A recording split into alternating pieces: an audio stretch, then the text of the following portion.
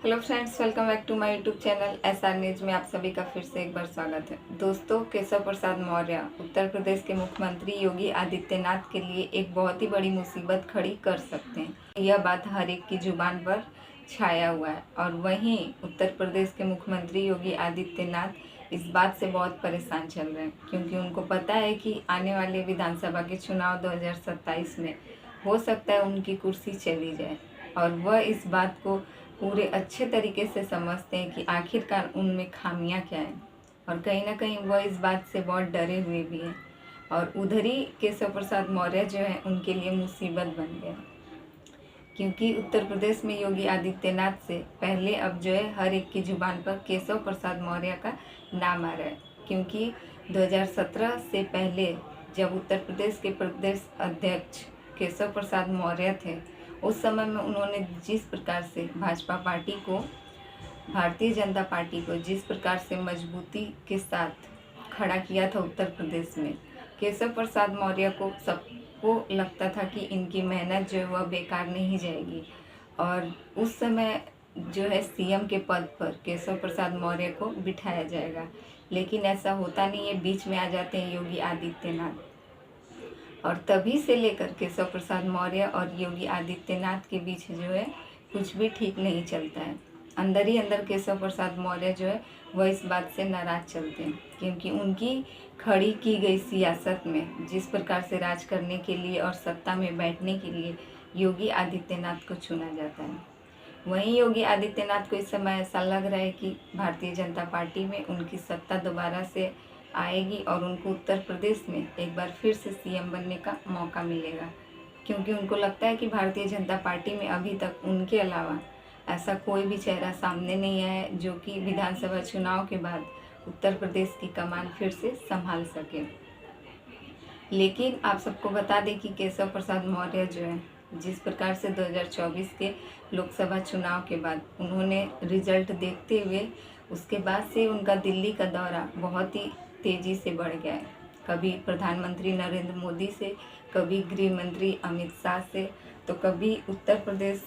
की राज्यपाल आनंदीबेन पटेल से मिलते हैं और वहीं भारतीय जनता पार्टी के अध्यक्ष से। इन सभी को देखते हुए ऐसा लग रहा है कि केशव प्रसाद मौर्य को जो है उत्तर प्रदेश में भारतीय जनता पार्टी एक बहुत ही बड़ी कमान उनके हाथ में पकड़ाने वाली है। अब यह बात से योगी आदित्यनाथ परेशान चल रहे हैं, क्योंकि उनको लग रहा है कि अगर उत्तर प्रदेश में भारतीय जनता पार्टी जो कोई भी कमान केशव प्रसाद मौर्य के हाथ में दे देती है, चाहे वह भारतीय जनता पार्टी के राष्ट्रीय अध्यक्ष का हो या फिर उत्तर प्रदेश में भारतीय जनता पार्टी का प्रदेश अध्यक्ष का हो, इन दोनों ही पदों में से अगर केशव प्रसाद मौर्य को कोई भी एक कमान मिल जाता है तो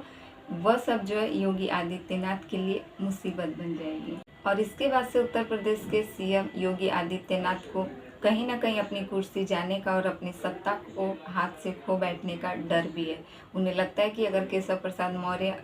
भारतीय जनता पार्टी में राष्ट्रीय अध्यक्ष बनते हैं या फिर प्रदेश अध्यक्ष बन जाते हैं तो अब उनके जो है नीचे रहना पड़ेगा, केशव प्रसाद मौर्य के नीचे योगी आदित्यनाथ को रहना पड़ेगा और उनके सामने हाथ पर हाथ बांध कर खड़ा होना पड़ेगा। इन्हीं सब से वहाँ के सीएम योगी आदित्यनाथ की जो है इस समय परेशानियाँ जो है वह काफ़ी बढ़ गई हैं। और जिस प्रकार से केशव प्रसाद मौर्य का नाम राजनीति में इतना ज़्यादा चर्चा में चल रहा है, बताया यह जा रहा है कि भारतीय जनता पार्टी के अध्यक्ष बनने के लिए केशव प्रसाद मौर्य जो है अंदर ही अंदर, वह मीडिया के सामने ऐसा कोई भी बयान नहीं दे रहे हैं, लेकिन अंदर ही अंदर उनके चेहरे पर वह खुशी देखी जा रही है। पूछने पर केशव प्रसाद मौर्य कहते हैं कि यह सब बात जो है आप लोगों से बेहतर कौन समझ सकता है, और उनके चेहरे पर वह खुशी साफ देखी जा रही है, जो कि उन्हें भारतीय जनता पार्टी में कोई मुकाम बहुत जल्द हासिल होने वाला है। क्योंकि भारतीय जनता पार्टी में केशव प्रसाद मौर्य का ओबीसी समाज के लिए एक बहुत ही बड़ा काम उनका निकल कर सामने आता है अगर वह प्रदेश अध्यक्ष बन जाते हैं। जिस समय उत्तर प्रदेश में 2017 में अखिलेश यादव की सरकार थी, जब उस समय केशव प्रसाद मौर्य जो है उत्तर प्रदेश में प्रदेश अध्यक्ष हुआ करते थे। जैसे ही वह देखते हैं कि उनकी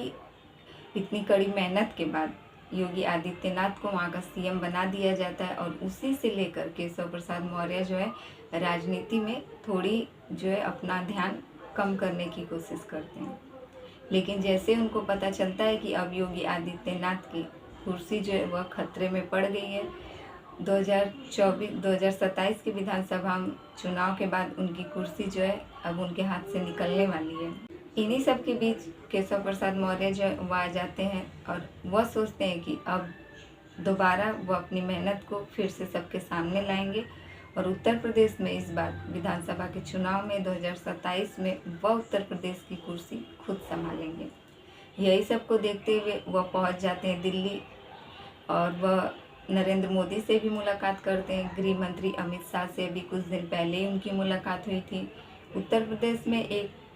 सभा के दौरान अमित शाह जो है वह केशव प्रसाद मौर्य को अपना मित्र भी बता देते हैं। वहीं सामने मंच पर योगी आदित्यनाथ को जो कि वह ध्यान भी नहीं देते उनके तरफ, और केशव प्रसाद मौर्य को भरी सभा के बीच अपना मित्र बताते हैं, जिससे भी योगी आदित्यनाथ की परेशानी बढ़ गई थी। और केशव प्रसाद मौर्य जो कि अमित शाह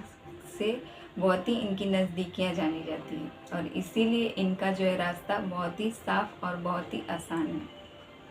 उसके बाद वो उत्तर प्रदेश के राज्यपाल आनंदीबेन पटेल से भी मुलाकात करते हैं और उनकी इस मुलाकात के बाद राजनीति माहौल में केशव प्रसाद मौर्य जो है बहुत ही अच्छे से और सबके जुबान पर छा जाते हैं। सबको यह लगता है कि योगी आदित्यनाथ के बाद अगर भारतीय जनता पार्टी में अब कोई चेहरा सामने आने वाला है तो वह है केशव प्रसाद मौर्य का। तो इन सब से आपको क्या लगता है, भारतीय जनता पार्टी में अगर केशव प्रसाद मौर्य को राष्ट्रीय अध्यक्ष या प्रदेश अध्यक्ष बना दिया जाएगा तो क्या योगी आदित्यनाथ को उनके सामने हाथ पर हाथ धरकर खड़ा रहना पड़ेगा? क्या योगी आदित्यनाथ के लिए केशव प्रसाद मौर्य जो है एक बहुत बड़ी मुसीबत खड़ी कर सकते हैं, या फिर केशव प्रसाद मौर्य से योगी आदित्यनाथ को आने वाले समय में और भी ज़्यादा परेशानियां हो सकती हैं? इन सब से आपकी जो भी राय है कमेंट करके ज़रूर बताइएगा। और आपको क्या लगता है कि भारतीय जनता पार्टी में इस बार योगी आदित्यनाथ को रहना चाहिए या फिर उनको वहां से हटाकर केशव प्रसाद मौर्य को वापस लाना चाहिए, उनको एक मौका और देना चाहिए भारतीय जनता पार्टी को? इन सब से आपकी जो भी राय है कमेंट करके ज़रूर बताइएगा। हमारे चैनल पर नए हैं तो प्लीज़ हमारे चैनल को सब्सक्राइब कर दें और वीडियो पसंद आए तो लाइक कमेंट ज़रूर कीजिएगा।